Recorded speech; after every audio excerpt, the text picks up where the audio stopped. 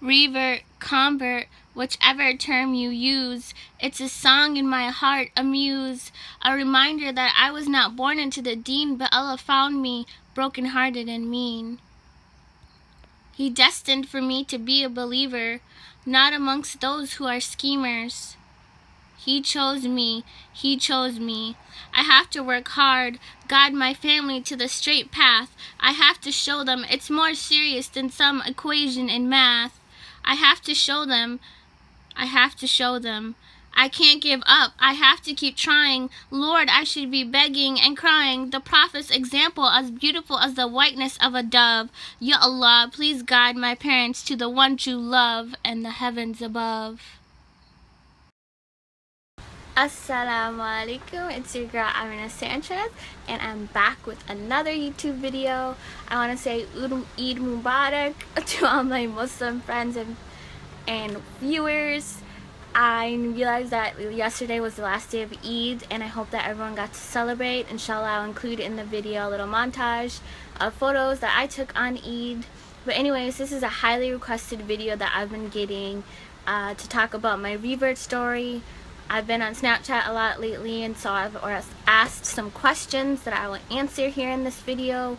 But basically, to give a little backstory, I started practicing Islam at around 11. I remember specifically I was wearing hijab, and my mom and dad are not Muslim, and I basically became Muslim through my grandmother, even though my mom does not practice Islam and my dad does not.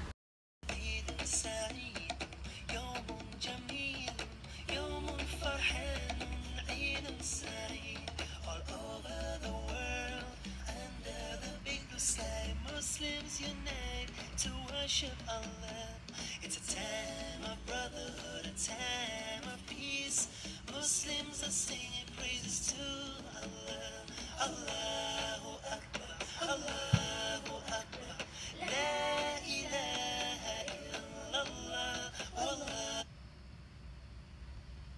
So one of the questions I had gotten was, and this is from Facebook, I got questions from Facebook as well, was how and when I reverted. I just did mention that I was 11 years old, but my situation's kind of complicated because even though I started practicing at 11, the town and the high school I went to were mainly white. People didn't know about Muslims or Islam. I was one of like 4 Muslims. So when it came to Islam and me wearing hijab, I basically stopped altogether when I was about 12 or 13, just because I got a lot of people making fun of me, saying, why are you wearing a towel, why are you wearing a sheet?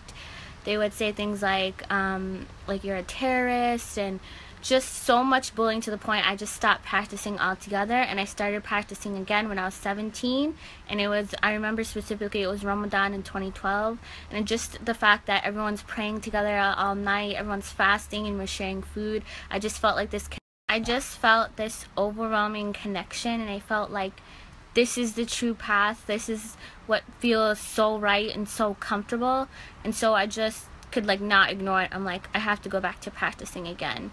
And so another question I got again from Facebook was, what were some fears that I had? And I remember specifically when I was 2012, I graduated high school, and I was like, you know what? I need to find a college, I need to find a community, I need to find a city where there are a lot of Muslims, and I won't feel like bullied. And so I guess that was my biggest fear, was when I started going to college and practicing wearing hijab again, I was like, am I going to be welcomed? Are people going to want to be my friend? Am I going to find that Muslim support that I'm lacking and that I really need? Sorry, my eye, because again, at home my mom didn't practice. Even though my grandma was Muslim, I didn't see her all that time, so I was really lacking that Muslim support.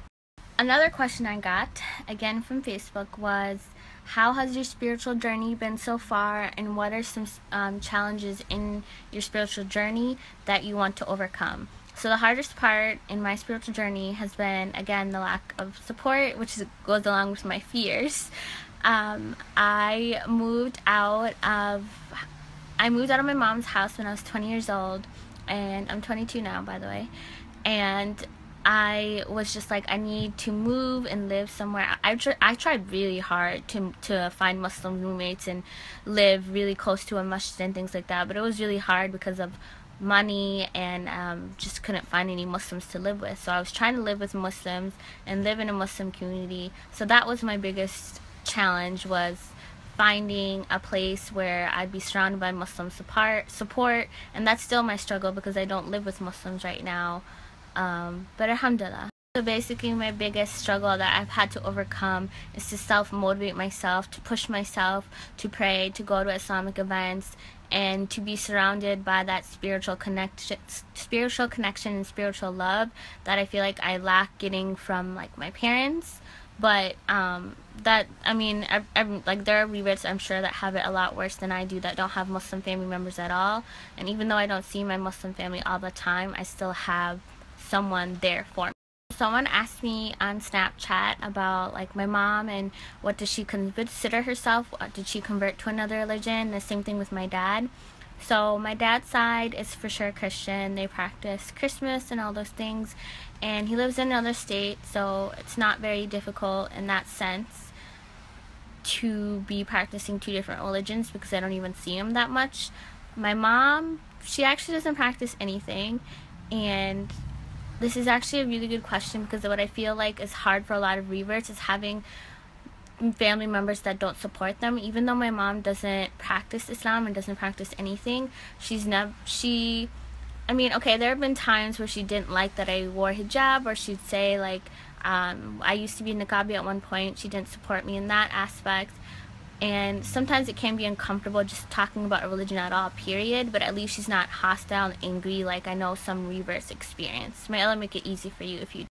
And I saved this question for last because I feel like it's so important. Someone said, what is some advice that I would have to other struggling reverts or just Muslims in general that are struggling?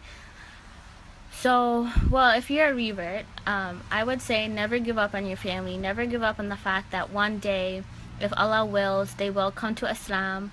You don't necessarily every time you have to see them, talk to them and try and convince them to come to Islam. I was always told that when advising family, don't push them and make them feel uncomfortable because then they won't want to ever come to the deen, but influence them in the sense that with your actions. Like if they see that you're excited and you're passionate about this religion and this community, they will be curious and want to ask you questions and want to learn more. And I guess another advice I would have is find Muslim friends, because your friends are what make you who you are, and if they're not following Islam, if they're not following the right path, then it's going to corrupt you. My advice in general to any Muslim that's struggling, whether or not you are a revert or you just been Muslim your whole life, we all have struggles. We all go through something at a point where we either stop practicing Islam or we're just having trouble. I would definitely say, if you can, join an organization. Here in Minnesota, Muslim Student Association, MSA, is very big, and I know for me, I love being a part of MSA because when I came back to Islam when I was 17, MSA is literally what kept me connected to Islam, because at home my mom wasn't practicing Islam, so then at school I had friends and other Muslim members within this club that connected me to the religion of Islam. So if you can join any sort of club or a volunteer with an Islamic organization, you're doing a good deed, and you're also keeping connected to the community and keeping yourself engaged and surrounded by peer people who love Allah and want to do good for the sake of Allah. My advice, and lastly, would be never give up. I've had times where I've felt so out of sorts, just like how can Allah forgive me? How can I ever be Muslim if I've done all this wrong? But just remember that even though we have to fear Allah and fear that He won't forgive us, remember that He is all merciful, and no matter what you do, never stop believing, never stop thinking that you can be forgiven. And again, just keep talking to people that love you for the sake of Allah, because there's nothing better than being surrounded by people who love Allah and who have knowledge about Allah. So thanks again for watching this video. Inshallah you found it beneficial. Please follow me on Snapchat. I actually am filming on Snapchat because my camera had to be charging.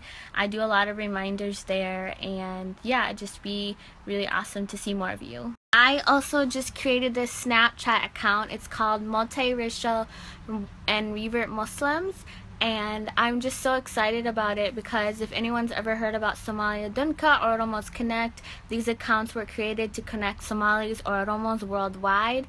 And if you guys didn't know, I am multiracial. I am half Oromo and half Latina, and this whole like video is about being a revert, so you guys know that. And I feel like multiracial and revert Muslims are often left out of a lot of platforms, don't have a place to talk about their stories and to connect with each other. So yes, please go add this on Snapchat if you have a Snapchat account. Even if you don't have a Snapchat account, please tell others to add it. You do not have to be a revert or multiracial to add. Anyone can be hosting on this account, and I also post the email below if you would like to host. And I appreciate all your guys' support and love. Assalamu alaikum, everyone. Peace.